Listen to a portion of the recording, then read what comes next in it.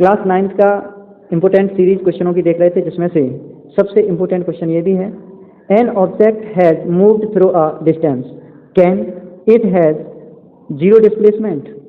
यानी कि कोई भी ऑब्जेक्ट है, उसका डिस्टेंस है, कोई ना कोई डिस्टेंस चल रहा है, तो क्या उसका डिस्प्लेसमेंट जीरो हो सकता है? तो हम आपको बता दें कि डिस्टेंस बोलें तो किसी भी ऑब्जेक्ट द्वारा तय की गई पूरी दूरी, ठीक, जैसे आप घर से स्कूल, स्कूल से घर, जहाँ भी जाते हैं तो वो सब आपकी क्या है, डिस्टेंस है। और अगर डिस्प्लेसमेंट पूछ रहा है तो क्या किसी भी ऑब्जेक्ट का जो डिस्टेंस होगी तो क्या उसका डिस्प्लेसमेंट जीरो होगा?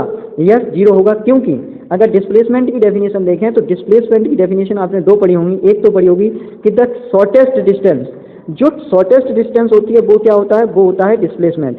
और जब न्यूमेरिकली हम कैसे भी डिस्प्लेसमेंट निकालते हैं तो क्या करते हैं कि जो फाइनल पॉइंट होता है, फाइनल माइनस इनिशियल, यानी कि फाइनल से इनिशियल की दूरी घटा देते हैं। तो कह सकते हैं हम कि यदि फाइनल से इनिशियल अब यहाँ से चले और वहीं पर लौट के आ गए तो फाइनल और इनिशियल सेम पॉइंट हो गया, तो इस वजह से डिस्टेंस कुछ होगी नहीं।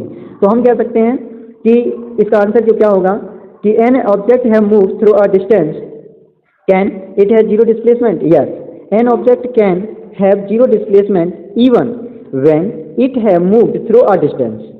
This happen when final position of the object coincides with its initial position। यानी का coincides बोले तो वो ये कह रहा है कि फाइनल और इनिशियल पोजीशन दोनों coincide कर जाएं, यानी का एक ही पॉइंट पर मिल जाएं, तो फिर क्या होगा, डिस्प्लेसमेंट जीरो हो जाएगा। For example, if a person moved around park and stand on a place from where he started then their displacement will be zero. यानी कि पार्क में जहाँ से चला था और वहीं पर जाके लास्ट में पहुँच जाता है, तो कुल मिला के उसका इनिशियल और फाइनल पॉइंट क्या हो जाता है, सेम हो जाता है, तो उसका डिस्प्लेसमेंट जीरो हो जाएगा, लेकिन डिस्टेंस जीरो नहीं होगा। Okay, thank you.